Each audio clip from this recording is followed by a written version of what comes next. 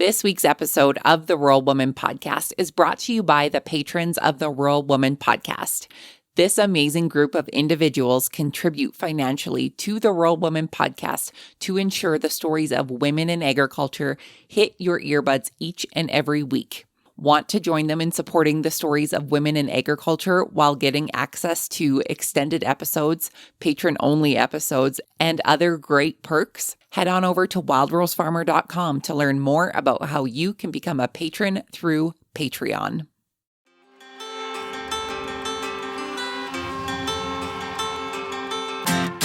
Hi, I'm Caitlin Dubin, and this is the Rural Woman Podcast. I'm a first-generation farmer who married into agriculture. Born and raised in a city, I was so unfamiliar with where my food came from, but I was determined to figure it out. Through my journey into agriculture, I saw women who were strong but humble, often taking a back seat. To me, these women were leaders who deserved a seat at the table. I created the Rural Woman Podcast to share the voices of women in an industry whose stories often went untold. The rural entrepreneurs who live and breathe their work, full of grit and pride. We come here to share our stories, to be in community with each other, to be challenged and inspired, but most importantly, to be celebrated and to be heard.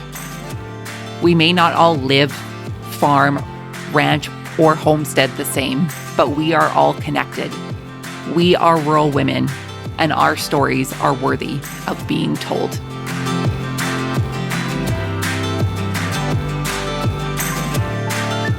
Hey everyone, welcome back to another episode of the Rural Woman Podcast. Today you'll meet Kailey Hood, a born and raised Montana cowgirl, passionate rancher, and the owner of Hood's Western Adventures.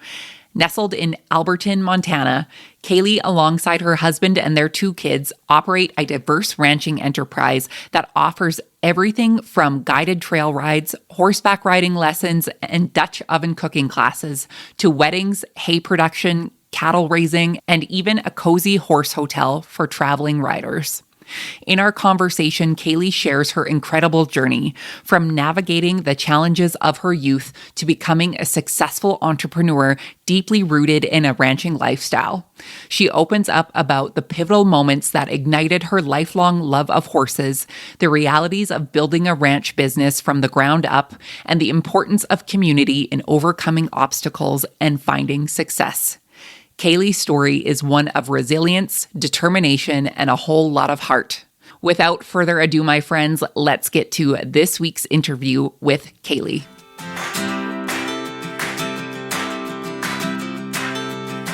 Kailey, welcome to the Rural Woman Podcast. How are you today? Good. Thanks for having me. How are you doing? I'm doing very well. I am so excited to get to know your story and hear about your life in Montana and all of the good horse things and all of the good stuff. So for our listeners who are unfamiliar with you, give us your background, tell us who you are, where you're from, and how you got your start in agriculture. Well, my name is Kailey Hood, and my family and I own Hood's Western Adventures. We're in Alberton, Montana, which is 30 miles west of Missoula. Very small rural town. It's very similar to the town I grew up in. I tell people mostly Great Falls, because if I tell people Sims, nobody knows what I'm talking about. So I'm from the Great Falls area, and my family has a ranch over in Sun River. It's called Tail Feather Angus Ranch. They raise Black Angus. And I went to school, graduated from Sims High for Tigers. Ended up moving this way. Met my husband. My husband's from this area. He worked for the Forest Service for a while. And when I met him, he was actually working for Costco. So he kind of made a big career shift there. But he really liked working for the Forest Service and ended up leaving because his grandpa was sick and in the hospital. And at the time, he was on the trail crew doing trail maintenance, and it would take him out into the mountains for several weeks at a time. And so when his grandpa fell sick, he kind of gave up on that and came home. But he was at Costco for 15 years when I met him, and ended up realized that I kind of like the mountains a little bit better than the flatlands. So here we are over here. That's great. I want to talk about, you growing up and growing up on a ranch. Can you share with us some of your favorite memories of growing up on your family ranch in central Montana and how that really shaped your love of horses and ranching? It's actually quite a long story, but I didn't initially start growing up on a ranch. My mom and my stepdad always had horses growing up. We always had horses. And I ended up as a teenager kind of becoming a problem child and ended up in trouble. And yeah, don't recommend that for kids. But what ended up happening is I had met a guy in high school and I was dating him for a short while and started working for his folks. And at that time, I was currently in and out of like a juvenile detention center and kind of bouncing back and forth. And my mom didn't really know what to do with me. And so at the time, his parents had stepped in and offered to take me in. And I wish I could say it was easy and rainbows and whatnot, but it definitely was not. And so transitioning to the ranch, it was a good wake up call for me. And it was really good for me in general. And they really helped me come into myself and figure out who I really was. And just through, helping on the ranch and my dad. So, and I talk about my folks, I talk about my adopted parents, but they, really stepped in to, kind of take over. And it was great and a really good place for me to be. And so growing up there, they had horses and I had a horse and I had the greatest horse growing up. The kind of horse everybody wants their kids to have. But, we did things that, kids these days just don't do. And even my own kids, like I would take that horse bareback and we rode to the store. And back in that day, they had a hitching rail actually outside the little Sinclair gas station. And so you could ride and you could leave your horse there and go inside and get some candy and a pop or whatever and ride back home. And it was a few miles. And I had a really good friend that had lived on the other side of the plateau from our place. And we used to ride our horses up there and pretend we were camping out on the prairie with the rattlesnakes and all. And I mean, we never tied our horses to anything. I don't know what we were thinking. If our folks found out, they'd probably kill us. But, we rolled out a bedroll and spent the night up there. And God only knows why our horses didn't leave us high and dry. Maybe our horses knew better that, gosh, these kids would probably die if we leave them out here. But, and I would just hop on my horse and be gone for hours and hours, just wandering. And you get to know the neighbors really well and ask for permission. Hey, is it okay if I ride out here? And most of them guys are like, sure, as long as you leave the gate how you found it. That's always the golden rule. And don't let the cows out. And yeah, and so, I ended up staying on with them and ended up graduating high school, which wasn't easy because I had messed around a lot my first 2 years. So I made up 4 years of high school, my junior and senior year, to graduate and get my high school diploma. And I would not have been able to do that without my folks pushing me and being behind me every step of the way and letting me know I could do it. And I don't know if they really gave me much of a choice, but helped me along the way and moving over here and getting married. And especially with starting up our business, I mean, they've been right there. And so we do big Christmas events. So we just had our first one Sunday where we do Christmas on the ranch and we do horseback rides with Santa. And my dad is Santa. And so they come over. Unfortunately, I wasn't able to make it this year, so my husband stepped in. But normally my dad comes over every year and is our Santa Claus and rides with the kids. And my mom kind of takes care of coffee and things like that, making sure things are going well. I love that. And these are your adoptive parents you're speaking of, correct? Yep. Yeah. It sounds like the ranch was probably the best thing that could have happened to you as a young kid. Yeah, for sure. I really needed a good kick in the butt. That's for sure when I was a teenager. And I got that many times. You know, you see these memes or videos and stuff where kids talk about, oh, you can't hurt my feelings because I used to work cows with my dad. Like, yep. This could be, something that we could look into later in life. And I'm sure there are programs such as, like, for troubled youth, come make them work cows and then they will learn their lesson. Oh, 100%. I mean, and it's, we kind of do a little bit of that. I mean, it boils over into just regular kids with their lessons and stuff, but it really makes you step outside of yourself, especially when you get into a pen with a 1,200-pound animal and suddenly it's not about you anymore. Yeah, absolutely. You had mentioned growing up, you always had horses. Was this an initial love for you, or did you kind of have to work your way into liking horses? Oh, no, I had always liked horses. I don't know where it started. We always had something. I remember the first horse we had that I rode was a little POA pony named Shorty, and he was an ornery turd. And I think every kid should have a pony at least once in their life because it totally it turns them into good horsemen. I tell you what.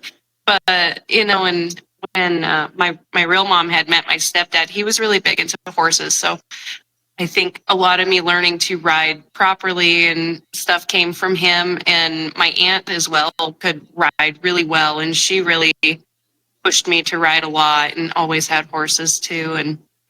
And so that was actually who had taught me how to rope was my stepdad originally. He could rope quite well.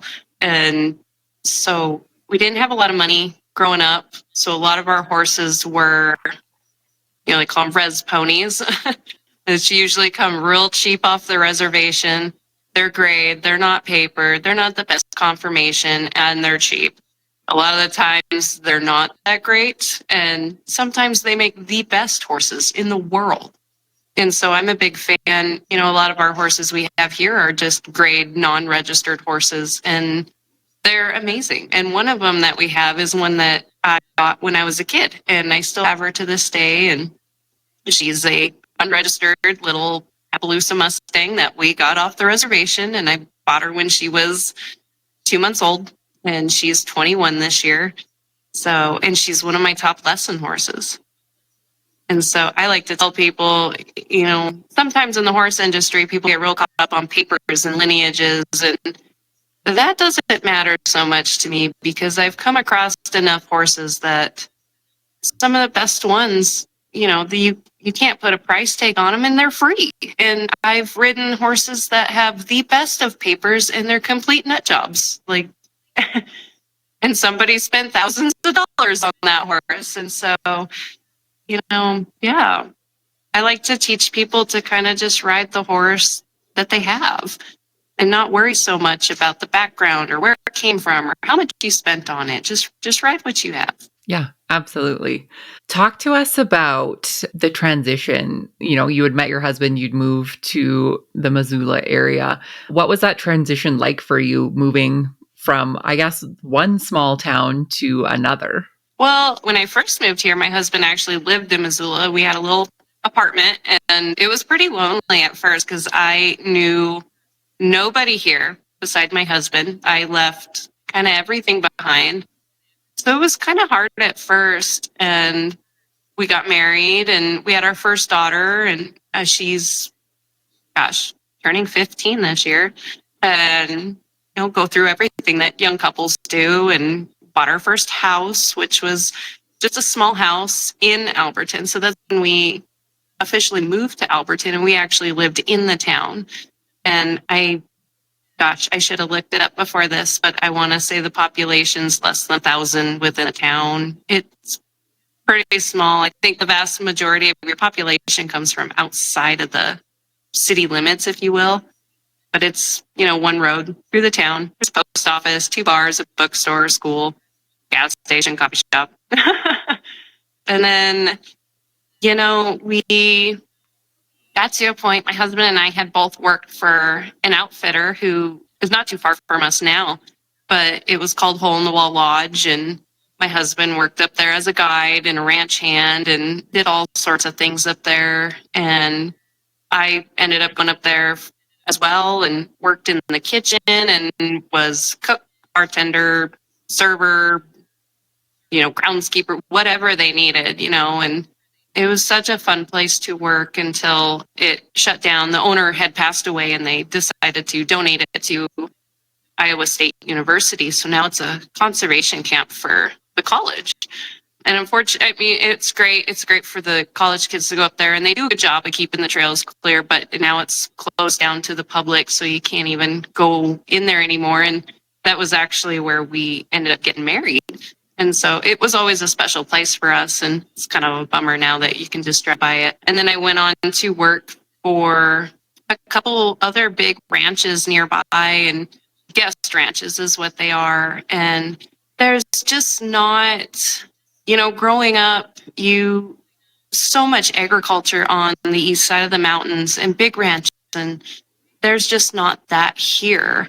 And I used to be able to go get hired on to go gather cows and do brandings and sortings. I mean, like that. And they just don't do that over here. There's not the space. All the big ranches that are here are privately owned and are usually a guest ranch. And I worked for a few of those, and it was okay, but we really struggled with, you go work out there and it's owned and ran by somebody that doesn't even live here. They live in Vegas or wherever, and they just come on the weekends to play cowboy sometimes. And so you end up feel like you're running the place how you think, and then the owner would come in and, they want all their buddies loaded up with beer and taken up the mountain, and it's just chaos. And we were like, there's got to be a better way to do this, especially since we had worked for a really good outfit before. And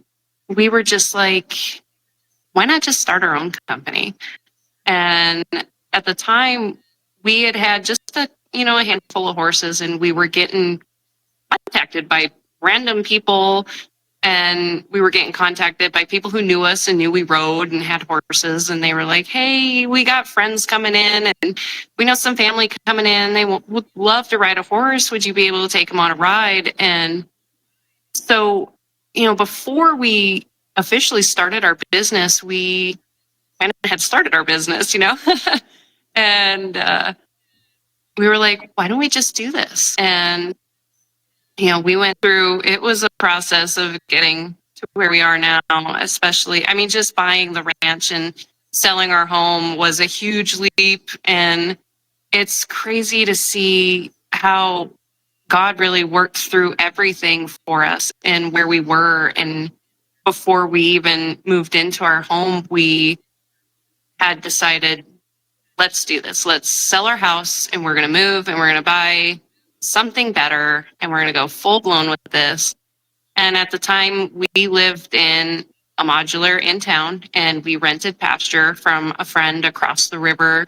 And so our house literally sold like 2 weeks before we were going to list it. And we were frantic, like, oh my gosh, what are we going to do? Where are we going to live? Like, at the time, we were operating, we had just started our first official year operating out of a place just east of Alberton.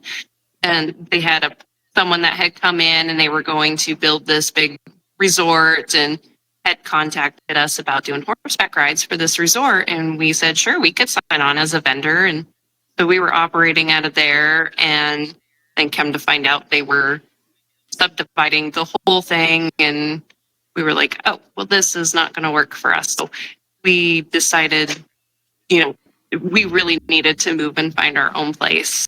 And we were going through the process with the Forest Service of getting licensed to guide and doing all that stuff. And we ended up moving into our horse trailer for, a couple months. We had it parked at my husband's parents' house, and we were living in our horse trailer for several months with the horses. And we ended up finding the place we live in now. I was just cruising through, and our realtor, I mean, she was amazing. She is the best. And I found this place. It had been on the market for an hour. And I was like, Jamie, I want to go see this right now. And she's like, well, wait, it's just been listed. Like, I don't even think the guy's ready to show it. And I'm like, right now, Jamie, we have to go. And she's like, okay, let me call the guy. And he was a little frazzled, like, I have nothing ready. I literally today just decided to sell my house. Like, and we came out. He wasn't even home. He was out of town. And we looked at the property and I was like, we have got to make this happen. What do we do? And she was like, well, I just don't know if it's in your budget. And it really wasn't. We were so strapped, like, just to make the numbers work in itself was crazy. And there was others who threw in offers that were way higher than ours. And we were like, this is as high as we can go. And the guy who owned the property, his name is Bill. And we ended up becoming pretty good friends with Bill. But we wrote him a letter and just said, hi, this is us. We would love to buy this home. This is what we would do with it. This is what it would mean to us and our family. And then our realtor, sent it over. And she called us back, I think, a few days later. And she's like, you are not going to believe this.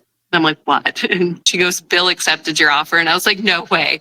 And she's like, you want to know what he said? And I'm like, what? And he says, well, he had a couple other offers that were higher than yours. And Bill looked at those offers and then he read your letter and he read their letter. And he was like, nope, I will take their offer because I'll be damned if some out-of-stater from California buys my property. And I was like, oh, thank God, Bill.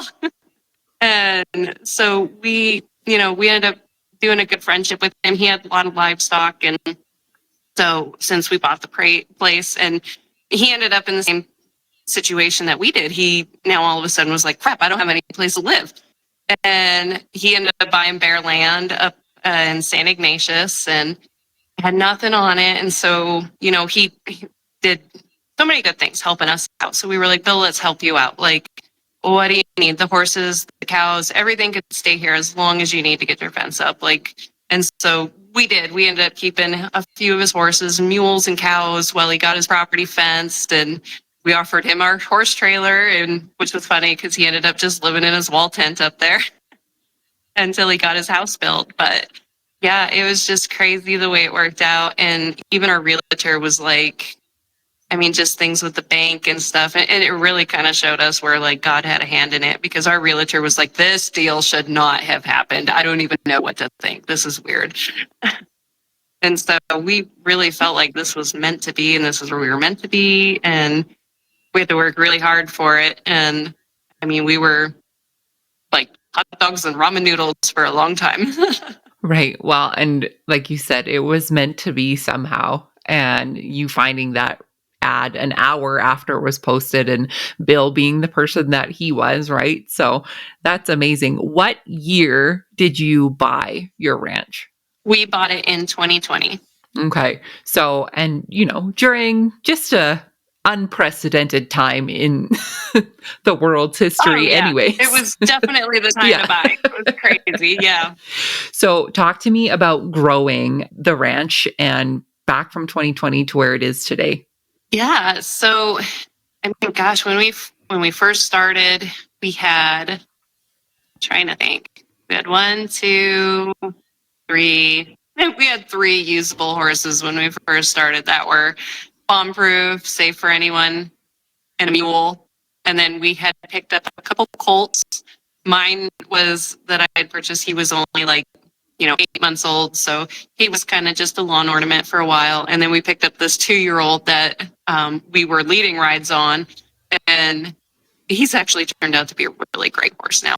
But so we just had a couple, and we would take, 2 to 3 people out for a ride. And that was kind of before we bought the place. And then when we bought our place, it just, crazy how our horses ended up with us. And each one of us, or one of them, has a really cool story and how we came to acquire them. And, we ended up finding just the craziest of deals. And then a lot of the people that we got horses from ended up becoming good friends with us. And, we had a couple that right off the bat, I ended up buying these two horses in one day, and I bought them each for $500.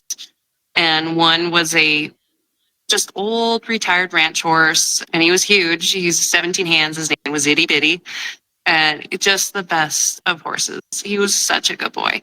And we bought another little mare named Pumpkin, and she was also great. And we actually bred her this last year, and so she has a baby now, and they're doing just great. Her baby's huge. He looks like a Twinkie. He's just a little fat butterball. But, and then each one, it was kind of funny how randomly I would put out an ad like, hey, this is kind of what I'm looking for. And I always like to tell people I kind of have a sense, like I can tell when I go up to a horse and I can just feel it, like how they are and how they're going to be. And so each, horse that we went to look at, we were like, yeah, this is the one. And they all came at just the right time. And we went and looked at quite a few that, my husband and I took our horse trailer and we just went across Montana and went and just responded to ad after ad. And it was kind of a nice road trip, and rode some fantastic horses, rode some not so great horses, and, came back. And so now we're at 13 now, just over the course of 4 years. And we've gotten quite a few from a ranch over in Augusta that are just, just good retired ranch horses that there's nothing really wrong with them. It's just they've sustained an injury at one point in their career, or they're getting a little older and they just cannot do 30 miles a day on the ranch. They can't be out there from sun up to sundown. They can't be dragging cows and roping, but they're certainly not done. And so we've got a few, we've got a really great horse right now. His name's Boone, who got a shoulder injury at some point, and he's not even old. He's about 12 years old, and he just couldn't handle, going in the mountains to gather cows. And so they, offered him to us, and we got him kind of fixed up, and he's doing great now. And he's also one of my top lesson horses, and he's also an amazing guest horse. And a lot of our, horses probably have a little arthritis, so they all get on a joint supplement and keep them going. And we don't do anything hardcore. We just offer 1 to 2 hour rides. And that kind of seems to be what people can handle. The 1 hour rides are certainly the most popular. I would say 90% of our guests are guests that have never been on a horse before, ever. And so that's great for them. Just being in the saddle for 1 hour, it's funny to see them come off and they're all bow-legged. And a lot of the ones that are like, we're having such a great time, let's go for 2 hours. And then they can't walk when they get off, or they, we always try to tell people, let us help you down because you're going to be sore. And you get, people that are like, oh, I'm fine, I can do it. And they go to step off and they hit the ground and they're like, I'm not fine. We're like, yeah, we know. So, it's just a great place for these horses to land, to keep them going and give them, just a nice place to keep going. And they love their job. All of our horses love their jobs, and they like the people, they love the attention, and they've got it pretty good here. They get lots of hay and they got lots of acreage out here to run around and play. And I always like to tell people too that, I don't like to call ourselves a dude ranch. I've worked for a lot of those, and a lot of them don't really take the best care of their horses. And, I feel like dude ranches get a bad rep, and I've heard some horror stories. And, we get people who will come into our place and they think that we just keep the horses tied to the hitching rail all day, that we saddle them up first thing in the morning and they stay there just waiting for somebody to show up to go for a ride. And that's just not the case. They are out there in the pasture living their best life until someone books a ride, and then they get pulled in and saddled up and they go for their ride and they get turned back out to be their fat, happy selves at the end of the day. And they don't do multiple rides a day. We try not to, if we have to, we'll do maybe a ride in the morning, ride in the evening on some of our younger horses, but our older horses, they don't go out twice a day. They go and they work and they've done their job. And there's a lot of people that will keep those horses saddled and tied, and they just do rides round the clock, 3 to 4 rides a day. And I just don't agree with that. And our horses get chiropractic care twice a year. We also have a body worker. We have a great body worker in our area that will come out. And then my sister also is a body worker in the Great Falls area. So when she comes to visit, she works on our horses, and we do our best to keep them feeling good because, I hate replacing horses and I want ours to last because they're great. And losing one it's not just financially hard, it's emotionally hard to lose one because you get attached and your guests get attached to them. So it's really hard to replace that, and so yeah, we try to do everything we can to keep them going and lasting and feeling good. And they got to deal with guests getting on and hanging on the side. And you'll look back sometimes and guests are leaning over on the saddle and they get tired. And and so we always make sure their backs feel good and beginning and end of the season, and they're just good to go. It sounds like your horses get better taken care of than most humans, probably riding those horses. Oh, absolutely. I've never been to the chiropractor. Mine go twice a year. Right? I've never gotten a massage. That sounds really nice. Right? Oh, yeah. So besides the trail riding, what other offerings do you have at Hood's Western Adventures?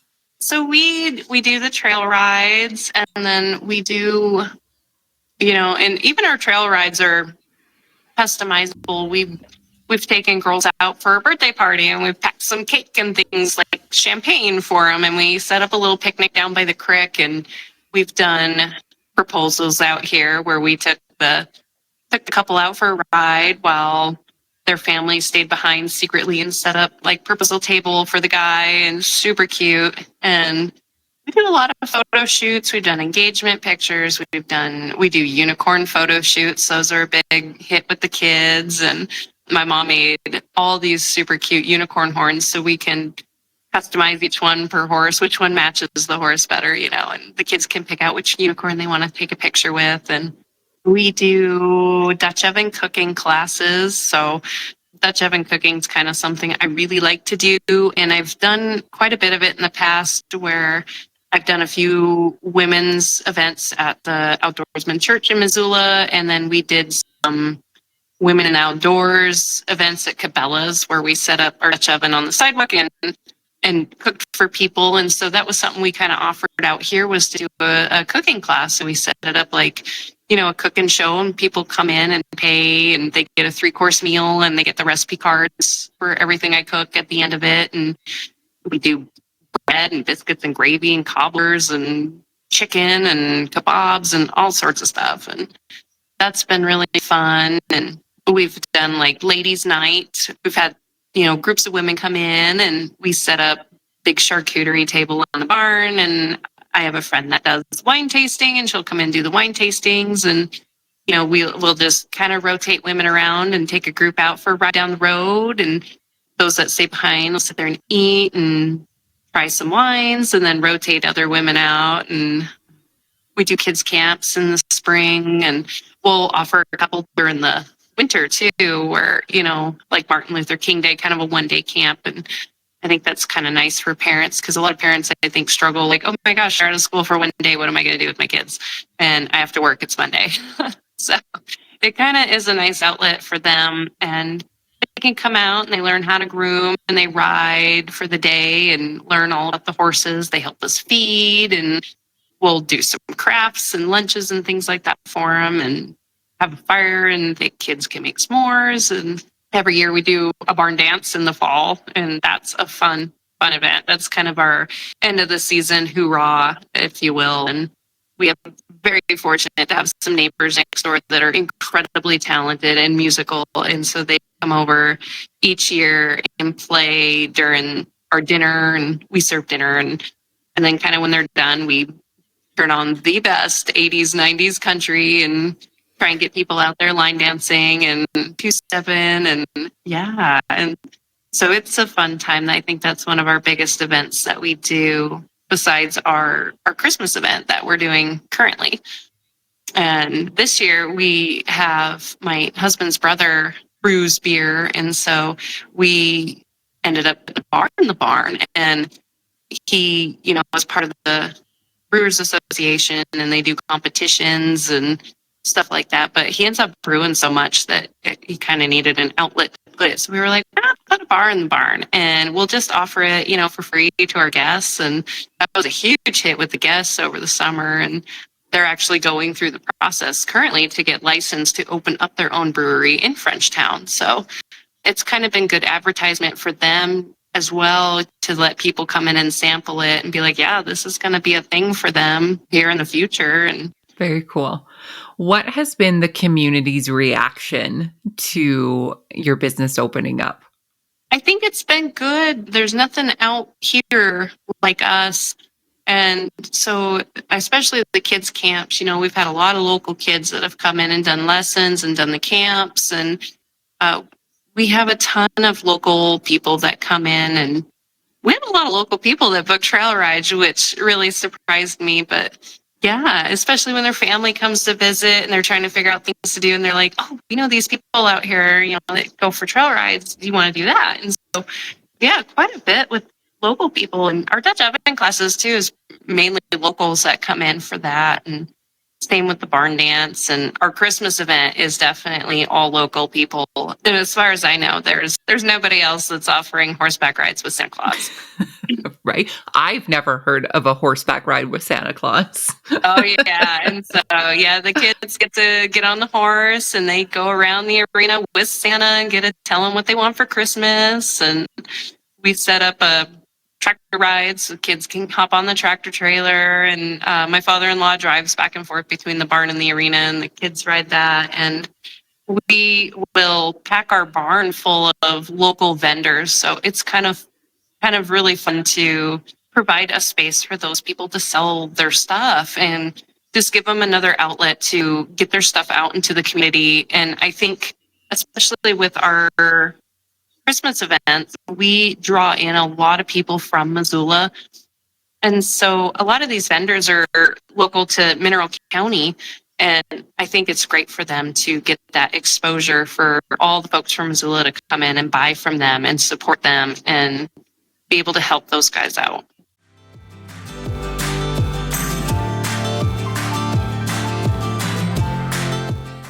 You can help support the stories of women in agriculture to be shared through the Rural Woman podcast on Patreon. What is Patreon? It's a membership-based platform that helps fund and support creators like me to create and produce content like this that you all love. New to the Rural Woman podcast Patreon is ad-free listening and patron-only bonus content and exclusive episodes. Learn more and join the patron gang today at patreon.com/The Rural Woman Podcast.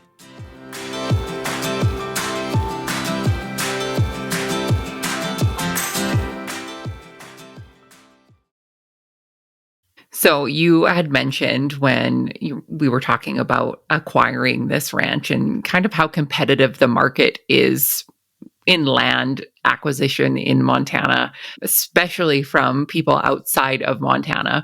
But the horse industry itself can be quite competitive. So what have been some of the challenges that you've faced in your career and in growing your ranch to where it is today in terms of competitiveness? I mean, yeah, finding this place was probably the ultimate. Land is, especially on the western side of the state, it is really, really hard to find property in Mineral County, especially in this area that we're in. It's almost unheard of. I think if you got on the housing market right now and looked, there would be nothing unless it's a multi-million-dollar something that nobody from here could afford, which is, it's nuts because where I'm from, you go east of the mountains, you find all sorts of ranches for sale and plots and property and whatnot, but it's crazy over here. And same with the horse prices, and prices of horses over here are insanely through the roof. And, if you go just outside, the majority of our horses we have come from Great Falls area or farther east. And we only have a handful of them that have actually been local. And even if you go, west and you go to Idaho or Washington, it's crazy how much cheaper they are. And I know we have a friend who does outfitting, and he goes, east, like Michigan or Minnesota, somewhere over there, and buys all his horses because of how cheap they are. And, it's crazy to think that the cost of him driving all the way over there and picking up 4 to 5 head of horses to bring back is cheaper than buying one horse here locally. And I don't really know why that is. I like to think it's because of, you do get a lot of out-of-staters that come over here and they want to live the Western life and they want a horse and they don't know. And so, I think it's kind of gotten a problem of people selling horses for top dollar that really aren't worth top dollar. And people don't know any better and they buy it anyway. So then because so-and-so down the road sold their horse for that, they think they can sell their horse for that. And it kind of just has this domino effect. And it's kind of sad, really, because, you end up with a lot of horses that will go through the sale ring. And that's a lot of what we try to avoid. I know a vast majority of the ones we have gotten were set to go to the sale yard or the auction yard. And we kind of have come in just at the right time before that happened to pick them up. And a lot of those horses that are going to go through the sales, that might have a bump on their knee, or they obviously are a little stiff in the hind end or something, people aren't going to buy that. And they end up on a slaughter truck going to Mexico. And a lot of our horses that we've picked up just needed a little TLC maintenance to get back on track. We had, our one with the shoulder injury, it just needed a chiropractor adjustment and his feet trimmed right. And he was great. So a lot of ours, and we've gotten pretty good at being able to look at a horse and tell, I could patch him up with a little bit of vet care and just a little good joint supplement and whatnot. But, we also look at quite a few that horse has a major injury, and that's not no amount of MSM is going to help that horse. And so the hay has been another thing. We're super fortunate and blessed that my dad produces hay. And so over the years, we have bought all of our hay from my dad. And, it's crazy how cheap it is just on the other side of the mountains than here. It's insane. It will cost me significantly less money to purchase, 20 tons of hay from my dad and pay him to truck it here and stack it than I could ever find locally. So we go that route. And like I said, we're very fortunate. And without that, I don't know if our business would have taken off. We would have been a little bit more strapped than we were without that kind of a connection. And we've been real fortunate to build relationships with those around us and just the people that have come into our lives, especially. And we have a neighbor up the road that my husband has become really good friends with. And he is the one who gives us access to take rides out on his property. Also had my husband take over his hay operation. So now my husband does that. And now we produce half of our own hay. And, the hope is to get to the point where we're producing all of our own hay. And maybe I won't need to buy from my dad. Hopefully he doesn't hear that. I still want hay. But, keep growing hay. Yeah, keep growing that. Just in case I have a bad year. You might have a good year. So, but, yeah, it's crazy. The average price over here, and especially the last couple of years, you had people over here trying to sell hay for $400 a ton. And that's just outrageous. And I think people who were trying to sell that, I hope they step in dog poop one day. It's just, no, absolutely not. And compared to, my dad who's, selling it way below that and still is making a profit and covering his costs. And so it's hard for me over here when you see people like that. And I try to help other people out with that because I'm here to tell you that you can produce it less. And if you can't, you're doing it wrong. And you got a lot of people over here that were trying to sell really crap hay and slapping a premium label on it without testing it or anything. And, I think when people realized that there were those out there getting $400 a ton per hay, they were like, oh, well, I got a field of grass. I could sell hay. And they borrowed their neighbor's swather and baler, and they went out and cut some fallow land, and, we're selling it for $15 to $18 a bale. And I was like, oh my gosh, no.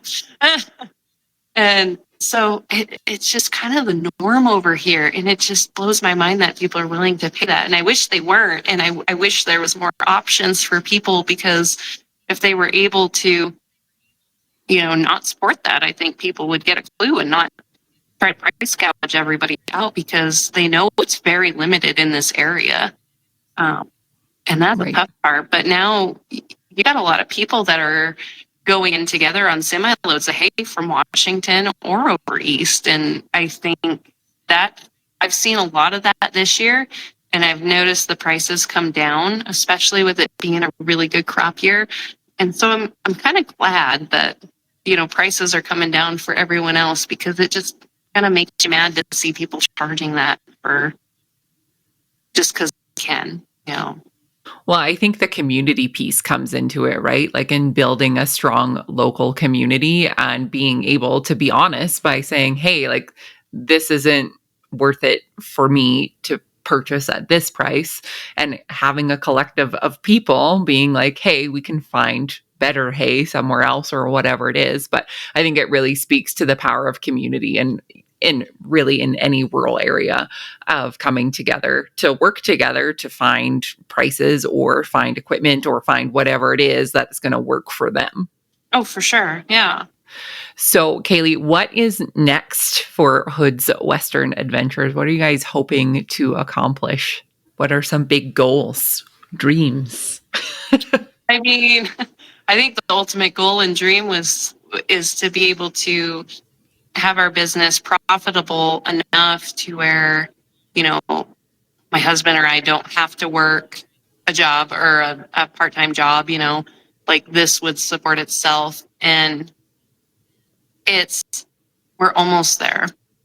Like, it's at that point now where the business is supporting itself, and then everything else is kind of on us. So it would be the hope that, we get to a point, and in the summertime especially, we're crazy busy, but the wintertime can be kind of hard because we really slow down. It's nobody's booking rides in the winter, and lessons slow way down. Nobody wants to ride when it's cold. And so we do rely on our Christmas event in December, helps get us through December, January. And when we get into February, we do a couple kids camps, and that really helps us. So it's kind of just trying to be creative in ways to utilize what we have and keep going. And I'm fortunate to have some great, people who come in, and we offer, boarding for other people's horses too. So that really helps. But I've been really fortunate to have a couple gals come in that have just been great. And I've kind of brought them in as part of our team, and like, hey, I want to know what you guys think. I want to know what you guys want to see happen out here. And so they've been great at bouncing ideas. And, we've talked about doing a women's camp this summer where we have women come in, and they can park campers, they can put up tents, whatever, but it's just going to be a fun girls weekend. And, we do a couple lessons in the arena. It's going to be open for people to, if you don't have a horse, that's not a problem. We'll give you one. And if you do have a horse, bring it. We can put up and, and talked about what that would look like. And so, do a couple lessons in the arena, maybe end Sunday with a trail ride, and, do some fun things like do a wine tasting one night and campfire dinners, and maybe see if the guys next door want to come over and play music for them. And we have a really good friend that does just started her goat yoga business. So we reach out to her, and I'm like, hey, you want to come do goat yoga in the morning for these gals? And it's just, really being able to help each other out. We've got so many friends that have great other businesses around us, and we're really fortunate to be able to piggyback off of each other and help each other and really promote and boost each other, and what they're trying to do and accomplish. And so I think that would be the goal. Right now, my husband, and mainly we really just have our part-time jobs for something to do in winter and kind of keep the cash flow going. But, I work part-time at a bar up the road, a historical bar, and do some cooking, bartending up there. And I also will pop in at a farm and ranch store in Missoula. And my husband works part-time for a beekeeper that's out here. And it's all just, maybe 1-2 days a week, something. And yeah, that would be, and then, maybe one day I hope to have an indoor arena instead of an outdoor arena, and all sorts of other little things. I know my husband would like to grow our cow herd, and right now we have 9 cows, so they help us enough to be able to cover our hay costs and whatnot, which is how that worked out this year with the way cattle prices are. So we were able to sell a couple calves, and that took care of the hay bill for the year. So everybody was set with food and didn't have to worry too much about that. And we have a dairy cow. Her name is Myra. She's actually set to calve like yesterday. Like, we're about ready to put her in the squeeze chute and squeeze her because this calf has been overdue for about a week. And she's just out there living life, like, whatever. And we're like, come on, we're tired of getting up every morning and checking on you.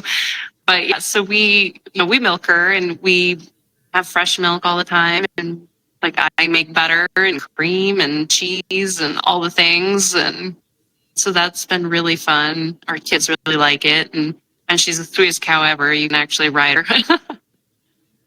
I always joke that she's more halter broke than most people's horses are. So That's awesome.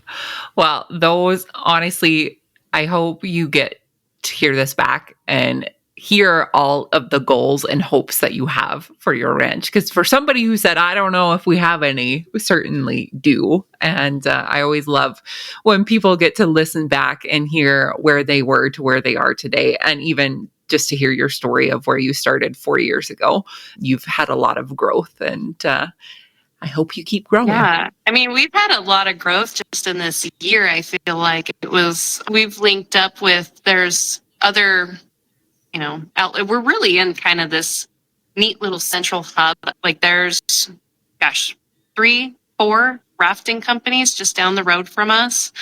And so one of which we linked up with this summer to be a vendor for them and an outlet to where they could book trail rides through them with us for morning rides. And there's another great company right around the corner that we work with that recommend rides, and we put together ride and raft packages. And so I think just that alone really, took off. And there's also, a couple wedding venues out here. And so it's quite in the summertime, it's kind of a bustling little area, really. And it always strikes us as funny because, in the wintertime, there's nobody out here, and it feels like we live way off the beaten path. But in the summertime, there's vehicles, there's raft trailers, there's, vans constantly going. And then you got my truck and trailer ripping around all the time and back and forth. And so, yeah, it's been a great summer, been a great year, and good growth for us. And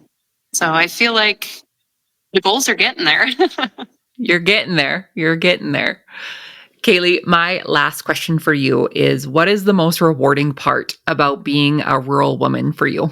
I guess being able to recognize your own strengths, just recognize how much you're capable of. And you don't really realize how much you're capable of until you're faced with it, and you just have to do it.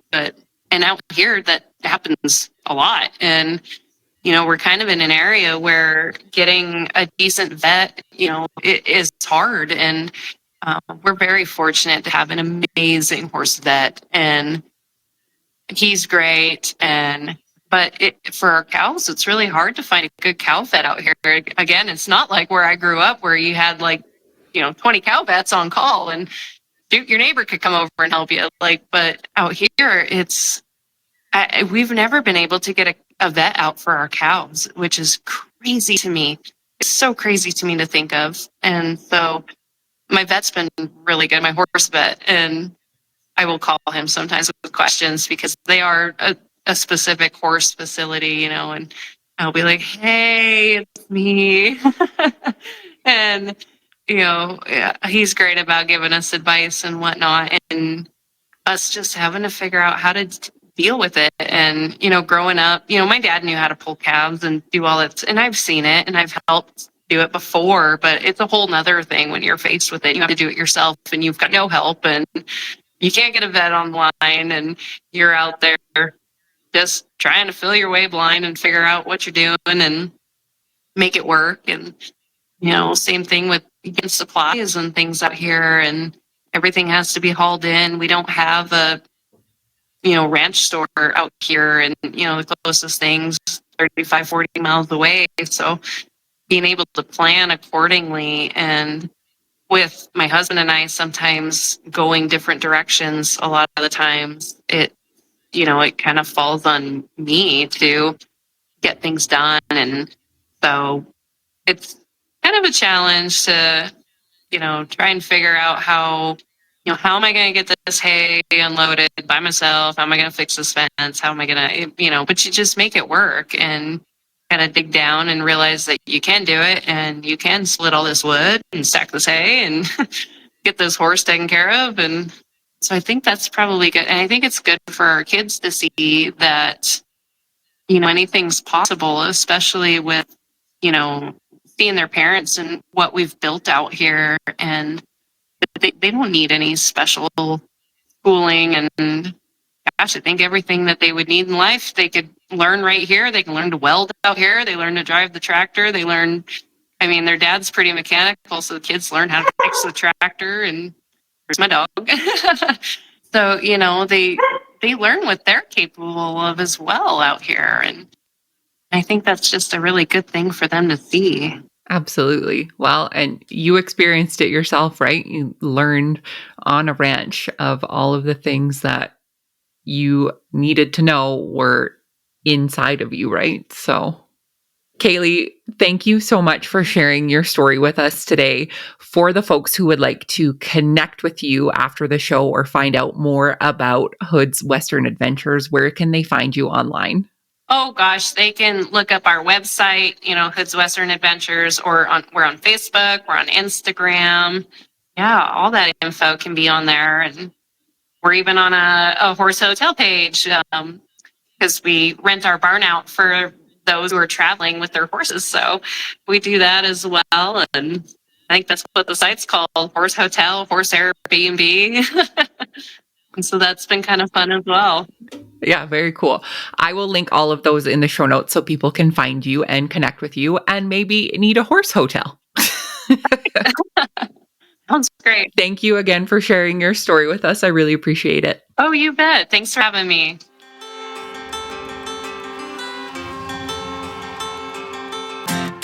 Thanks for listening to the Rural Woman Podcast. The Rural Woman Podcast is more than just a podcast. We are a community. A huge thank you to the Rural Woman Podcast team, audio editor Max Hofer. A special thanks to our Patreon executive producers, Sarah Riedner from Happiness by the Acre. To learn how you can become a Patreon executive producer or other ways to financially support the show, head on over to wildrosefarmer.com to learn more.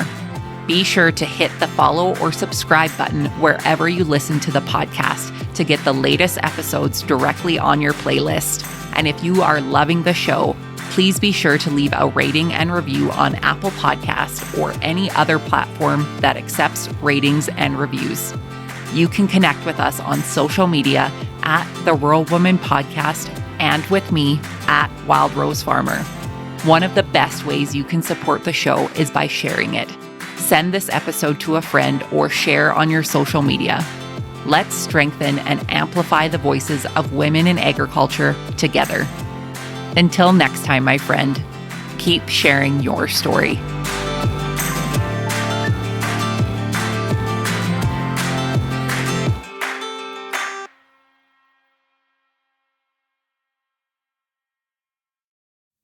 Did you know that you can get this same great episode of the Rural Woman Podcast ad-free? I get it. Listening to ads during a podcast isn't always my favorite either. But in order to keep the lights and coffee pot on here at the Rural Woman Podcast Studios, they are necessary.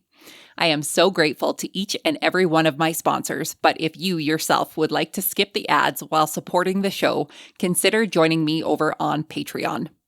Patrons of the Rural Woman Podcast get ad-free episodes starting at Tier 5 on their podcast player of choice each week, plus some other great benefits. Find out more by heading to the link in today's show notes to learn how you can become a patron through Patreon.